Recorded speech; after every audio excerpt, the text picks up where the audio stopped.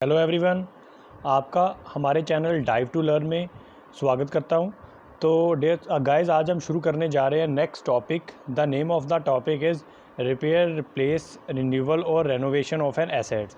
तो जैसे कि आपको मालूम होगा कि मैंने कुछ प्रीवियस वीडियो के अंदर आपको बताया था कि किस तरह से जो टैक्स है, वो टैक्स जो कंसिडरेशन है उसको कंसिडर किया जाता है मैनेजमेंट के द्वारा कुछ इंपॉर्टेंट डिसीजन लेने के अंदर। उसी तरह से उसमें से एक नेक्स्ट डिसीजन है, that decision is repair, replacement, renewal और renovation of an assets and how this may effect on the tax planning of the organisation और we can save the tax of any company और organisation with the help of these 3 expenditure items. तो देखा जाए तो इस topic के अंदर हम ये पढ़ेंगे सारा कि किस तरह से जो रिपेयर होती है मशीन पार्ट्स की, या कोई और बिल्डिंग रिपेयर होती है, या किसी भी तरह की कोई रिपेयर है, या फिर कोई रिप्लेसमेंट है, रिप्लेस करते हैं कोई पार्ट को, या कोई रेनोवेशन करवाई जाती है किसी एसेट्स की, तो वो किस तरह से एक कंपनी के टैक्स लाइबिलिटी के ऊपर इफेक्ट करती है। बेसिकली ये कॉर्पोरेट टैक्स प्लानिंग का ही एक टॉपिक है जो कि यूजीसी नेट एग्ज़ाम के लिए इंपॉर्टेंट है। तो आज हम यही देखेंगे कि किस तरह से ये जो रिपेयर होती है, रिप्लेसमेंट होती है, ये इफ़ेक्ट करती है on the tax liability of any company और ऑर्गेनाइजेशन। सो इसको शुरू करने से पहले मैं आपको एक रिक्वेस्ट करूंगा कि अगर आपको ये वीडियो अच्छी लगे, आपको मेरी समझाए हुए टॉपिक का कुछ समझ लगे, तो प्लीज़ मेरे चैनल को लाइक करना, सब्सक्राइब करना। एज़ वेल एज़ अगर आपको ऑनलाइन फुल कोर्सेज़ की रिक्वायरमेंट हो हमारे यूजीसी नेट प्रिपरेशन के लिए, तो प्लीज़ आप इन नंबर के ऊपर कांटेक्ट कर सकते हैं। तो let's start with the topic. First of all हम देखेंगे कि ये जो रिपेयर है, रिप्लेसमेंट है, रिन्यूअल है, इसका मतलब क्या है। Where any expenditure is incur to bring the new asset into the existence और to obtain a new fresh advantage, it is consider as a replacement और रिन्यूअल। तो जैसे कि आपको मालूम ही होगा, अगर आप कोई भी ऐसा खर्चा कर रहे हैं जिससे जो पहले की एसेट है, जो आप एग्जिस्टिंग एसेट यूज़ कर रहे हैं, उसको या तो आप पहली कंडीशन में ले आते हैं, मतलब पहली कंडीशन का मतलब है कि जैसे वो पहले थी, डैमेज होने के बाद फिर से आप उसी कंडीशन में ले आते हैं, तो उसको हम बोल देते हैं रिपेयर। रिप्लेस करने का मतलब होता है कि किसी पार्ट को रिप्लेस किया जाता है, और या फिर आप कोई नई एसेट बाय कर लेते हैं, तो इसको हम बोल देते हैं रिपेयर, रिप्लेसमेंट और रिन्यूअल। तो इसका मतलब होता है कि जो एक बार एसेट ख़राब हो गई है, या उसके अंदर कोई फॉल्ट है, या उसका कोई पार्ट डैमेज्ड है, तो उसको जो तो रिपेयरेबल है उसको रिपेयर करवा दिया जाएगा, जो पार्ट रिपेयरेबल नहीं है उसको रिप्लेस कर दिया जाएगा। इसको बोला जाता है रिपेयर एंड रिप्लेसमेंट और रिप्लेस रिन्यूअल। सो रिप्लेसमेंट में be of defective parts, replacement में बी ऑफ इंटायर मशीनरी। तो जैसे कि ऊपर हमने देखा था कि रिप्लेसमेंट और रिपेयर, लेकिन रिप्लेसमेंट के अंदर हो सकता है कि डिफेक्टिव पार्ट को ही रिप्लेस किया जाए, और may be replace the whole machinery. तो ये भी हो सकता है कि सारी की सारी मशीन ही आप नहीं ले आओ। सो रिप्लेसमेंट का मतलब है या तो आप पार्ट्स को रिप्लेस करते हैं, या फिर आप सारी की सारी मशीन ही रिप्लेस कर देते हैं। तो नेक्स्ट है इसके बाद, if the replacement is of parts only. तो जैसे कि हमने पीछे देखा है कि रिप्लेसमेंट या तो पूरी मशीन की होती है या डिफेक्टिव पार्ट्स की होती है, उसी का ही एक्सटेंशन है कि मान लीजिए अगर रिप्लेसमेंट हुई है सिर्फ पार्ट्स की, only some parts of the machines are to be replaced due to any defect, then the expenditure for such replacement is deductible in computing the income because these expenditures are in revenue nature. तो एक बात को आप ध्यान से समझिए, अगर आपकी मशीनरी का कोई पार्ट डैमेज हुआ है, लेकिन वो डैमेज्ड पार्ट को रिप्लेस करके आपने उसकी जगह के ऊपर एक नया पार्ट लगा दिया है, तो अब जो पार्ट आप रिप्लेस कर रहे हैं, वो जो रिप्लेस किया हुआ पार्ट है, उसका जितना भी खर्चा है, that particular expenditure is to be deduct from your total income. यहाँ पर टोटल इनकम से डिडक्ट करने का मतलब होता है कि आपके प्रॉफिट एंड लॉस अकाउंट की डेबिट साइड की आइटम बनेगा ये जो रिप्लेसमेंट का एक्सपेंडिचर है। और जो भी चीज़ प्रॉफिट एंड लॉस अकाउंट की डेबिट साइड पे आ रही है, इट मीन्स कि वो आपकी इनकम को कम कर रही है। So that's why deductible in computing the income, because ये रेवेन्यू नेचर का एक एक्सपेंडिचर है। And if the replacement is the whole of machinery with the view to bring a new asset into existence. तो अगर मान लेते हैं कि जो रिप्लेसमेंट हो रही है वो सारी की सारी मशीन की हो रही है, इसलिए हो रही है ताकि पूरी मशीन रिप्लेस करना या सारे पार्ट रिप्लेस करना पॉसिबल नहीं है, अब नई मशीन लेना ही रिक्वायरमेंट है कंपनी के लिए, then the expenditure will not be deductible because. तो फिर उस टाइम पे आपको खर्चा नहीं मिलेगा रिप्लेसमेंट का। मतलब ये है कि आप उसको प्रॉफिट एंड लॉस की डेबिट साइड पे दिखा के इनकम में से माइनस नहीं कर पाएंगे। Then such kind of expenditure भी अलाउएबल एज अ कैपिटल, क्योंकि वो कैपिटल नेचर का हो गया, सो आप उसको as a asset balance sheet में शो करेंगे, but you can claim the depreciation on such new machinery that is allowed under section 32। तो ये आपको ध्यान में रखना है। मैं एक बार फिर से समझा दूँ इसका टैक्स बेनिफिट क्या है। देखिए, हमने टॉपिक शुरू किया था रिपेयर, रिप्लेसमेंट एंड रिन्यूअल, कि अगर आप रिपेयर करवा रहे हैं किन्हीं पार्ट्स को मशीन के तो कोई प्रॉब्लम नहीं है, because repair and replacement normally उसको हम एज अ एक्सपेंडिचर क्लेम कर सकते हैं under the income tax act, कि आप उनको डेबिट साइड पे दिखा के अपना प्रॉफिट कम कर पाएंगे। लेकिन ऑन द कंट्री, अगर आपको पूरी एसेट ही बाय करनी पड़ रही है, रिप्लेस करनी पड़ रही है, नई लेनी पड़ रही है, देन आप उसको कैपिटल नेचर की मानोगे और उसको बैलेंस शीट के अंदर as a fixed asset show किया जाएगा। And over the fixed asset you can claim the depreciation, and depreciation is also an expenditure which covered under section 32। तो इस तरह से आप क्लेम कर पाएंगे। नेक्स्ट है deductions of expenses incurred on repair. वो कौन कौन से खर्चे हैं जो कि रिपेयर के ऊपर किए जाते हैं और जिनकी इनकम टैक्स के अंदर डिडक्शन दी जाती है। मतलब डिडक्शन का मतलब हो गया कि जो उस कंपनी की या पर्टिकुलर ऑर्गेनाइजेशन की इनकम में से माइनस होते हैं खर्चे, वो कौन कौन से हैं। तो देख लेते हैं हम रिपेयर के खर्चे कौन कौन से हैं। Where an assessee uses a building for the purpose of business profession. देखिए, इसमें जो इंपॉर्टेंट वर्ड है आपका यूजीसी नेट के लिए की पॉइंट आप नोट करेंगे वो ये होगा कि assessee use building for business और profession, not for the personal purpose. This one is a important thing. Business और प्रोफेशन के लिए बिल्डिंग यूज़ होनी ज़रूरी है। So he is entitled to deduction of amount paid on account of current repair to the premises.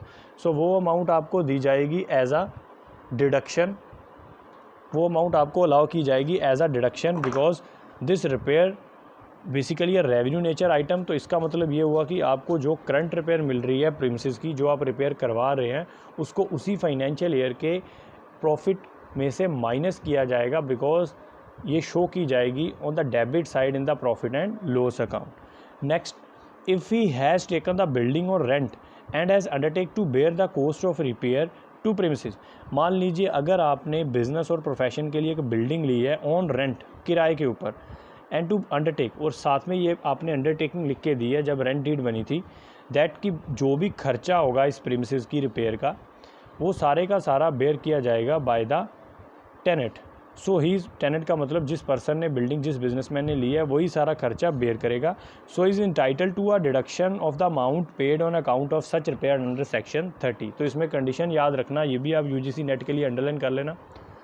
अगर building को rent पे लेते समय आपने ये अंडरटेकिंग नहीं दी कि मैं बिल्डिंग के रिपेयर का खर्चा बेयर करूंगा, तो उस केस में खर्चा कौन करेगा? खर्चा करेगा जो मालिक होगा उस बिल्डिंग का, और वही उसी को ही ये एक्सपेंडिचर मिलेगा। लेकिन अगर at the time of building taking और रेंट आपने ये अंडरटेक किया है कि मैं जितना भी कॉस्ट आएगा on the repair of that rented building, I will bear this cost, then उस केस के अंदर आप रिपेयर का खर्चा भी क्लेम कर सकते हैं एज आ एक्सपेंडिचर, उसकी भी आपको डिडक्शन मिलती है under section 30। So similarly if the assessee uses any machinery, plant, furniture for the purpose of business profession, he is entitled to a deduction. तो इसी तरह से अगर असेसी कोई मशीनरी, कोई प्लांट या कोई ऐसा फर्नीचर जिसको यूज़ कर रहा है, कंडीशन है बिजनेस के अंदर और प्रोफेशन के अंदर, then also he can claim the deduction at the time of computing of total income of the firm, and this current repair covered under section 31। so it means current repair को section 31 के अंदर आप claim कर सकते हैं machinery और कोई plant या फर्नीचर की रिपेयर को। और section 30 के अंडर अगर आपने कोई रेंट के ऊपर बिल्डिंग ले रखी है and building use for the business and profession of the assessee, and assessee has also undertaken that I bear all the cost of repairs of such buildings, को उसने साथ में ये अंडरटेकिंग दिया कि मैं सारा खर्चा बेयर करूँगा, rather than that person can bear. Now next one is tax planning in relation to the repair and replacement of an assets. तो एसेट्स की अगर आपने रिपेयर करवानी है या फिर आपने रिप्लेस करनी है, तो इसके अंदर आपको टैक्स पॉइंट ऑफ व्यू से कैसे बेनिफिट हो सकता है या आप कैसे फ़ायदा ले सकते हैं, अपने टैक्स को कम कर सकते हैं with the help of these repair and replacement expenditures. Heavy expenditure on the repair, renewal और the replacement should be done in the year having a substantial profit. तो कोशिश कीजिए, अगर आपकी मशीन की रिपेयर होने वाली है या बहुत ज़्यादा हैवी रिपेयर का मतलब होता है कि काफ़ी सारे पार्ट्स जो है या तो रिप्लेस करने वाले हैं या काफ़ी सारे पार्ट्स डैमेज है, उसको रिपेयर करवाना पड़ेगा, मतलब इसका खर्चा बहुत होने वाला है। तो फिर आप इसकी टैक्स प्लानिंग इस तरह से कर सकते हैं कि आप ऐसा कीजिए, उस ईयर के अंदर आप इसकी रिपेयर करवाइए जिस साल के अंदर आपको लग रहा है कि मेरी प्रोडक्शन ज़्यादा है, अगर मशीन चल सकती है कुछ ईयर। तो मान लीजिए 2017 के अंदर आपको लग रहा है कि अब मशीन की रिपेयर करवा लेनी चाहिए, तो आपको इंजीनियर से सलाह लेते हैं, वो बोलता है अभी ये 2 साल चल जाएगी, चाहे तो आप 1-2 साल रुक के करवा सकते हैं। हुआ क्या, 2018 के अंदर आपको लगने लगा स्टार्टिंग में ही कि मेरी सेल बहुत ऊपर जाने वाली है, मेरी इनकम ज़्यादा निकल के आएगी। Now it's a right time to claim और it's a right time for repair that particular machinery, क्योंकि एक साइड पे आप रिपेयर करवा रहे हैं, वो तो आपकी एक चीज़ बन ही रही है, दूसरी साइड पे आपको फ़ायदा मिल रहा है कि रिपेयर और रिप्लेसमेंट के जितने भी बिल है, you can claim all these bills as a deduction, because ये एज अ एक्सपेंडिचर शो होगा on the debit side in the profit and loss account, so that's why it will reduce total net profit. So ये एक tax planning है। Second one, instead of replacing the asset entirely, the part और the parts of asset should be replaced. सारी asset को बदलने की जगह पर बेटर है कि replace the some part of your asset, because एक तो आपकी एसेट नहीं बन रही है, on the country you can also claim these replacement as a expenditure, क्योंकि अगर आप रिप्लेसमेंट की जगह के ऊपर नई मशीनरी या नई एसेट लेंगे तो उसका क्या होगा कि आपको डेप्रिसिएशन ही मिलेगी सिर्फ, लेकिन इस केस के अंदर आपको रिपेयर मिल जाएगी, क्योंकि वो बनेगी आपकी फिक्स्ड एसेट और ये बनेगा आपका revenue expenditure. Maintain the full detail of heavy expenditure incurred on repair etcetera and separate bill should be taken. तो पूरी डिटेल आपको रखनी होगी हैवी एक्सपेंडिचर्स की अलॉन्ग विद द बिल्स। अगर आप डिटेल नहीं रख रहे, रैदर देन जो आपने डिडक्शन लिया है उसको, सारी डिडक्शन को ख़त्म कर दिया जाएगा and again your income will taxable. तो इसके अलावा there are stringent conditions to carry forward and set off business losses, hence if in the relevant year less income is expected, it will be better to slow down the pace of repair and renewal. तो देखिए क्या बोल रहा है कि यहाँ पर आपको मालूम होगा कि एक कंडीशन है जो हमने पिछले वीडियोस के अंदर देखी है, carry forward and set off business losses. Normally आपको पता होगा जो स्पेकुलेशन बिजनेस है उसके 4 साल के लिए लॉस हम कैरी फॉरवर्ड कर सकते हैं, and in the case of non speculation हम 8 साल के लिए कर सकते हैं। So hence if the relevant year less income is expected, मान लेते हैं अगर आपको किसी साल के अंदर लग रहा है कि मेरी इनकम ज़्यादा नहीं होने वाली, then it will be better to slow down the pace of repair. तो फिर आपके लिए अच्छी सुजेशन यही होगी, टैक्स बचाने के लिए ये मेरी सुजेशन होगी इनकी, कि आप ऐसा कीजिए, आप धीरे धीरे मशीनरी के पार्ट्स को रिपेयर करना शुरू कीजिए। मतलब इस साल में थोड़ी रिपेयर करवा ली, थोड़ी अगले साल में, थोड़ी अगले साल में, ताकि हर साल आपको थोड़ा रिपेयर का बेनिफिट मिलता जाए, आपकी टैक्स लायबिलिटी हल्की हल्की रिड्यूस होती जाए। सो क्योंकि अगर आप धीरे धीरे रिपेयर करवाएंगे, जिस साल में ज़्यादा प्रॉफिट होने के चांसेस है उस साल में जाके आप सारी रिपेयर करवा देते हैं, वहाँ पर हैवी एक्सपेंडिचर कर देते हैं and save your tax liability, जिससे आपके बहुत सारे ईयर्स भी कवर हो जाते हैं, as well as you can also reduce your high pace of taxes. Next one is as far possible a part of the asset should be replaced and not the entire asset. सिर्फ part बदले जाएंगे, सारी asset नहीं बदली जाएगी। उससे क्या benefit होगा कि उससे आपको टैक्स में फ़ायदा मिलेगा, बिकॉज अगर आप पूरी एसेट बदलेंगे तो आपको कैपिटल नेचर का एक्सपेंस होगा, एंड अगर पार्ट्स चेंज हो गए तो including the revenue nature expenditure. So that's why all these are the tax planning in the respect of repair, renewal और replacement of an assets. So guys, ये था सारा टॉपिक। अगर आपको अच्छा लगे तो सब्सक्राइब करना और लाइक करना इसको। Thank you.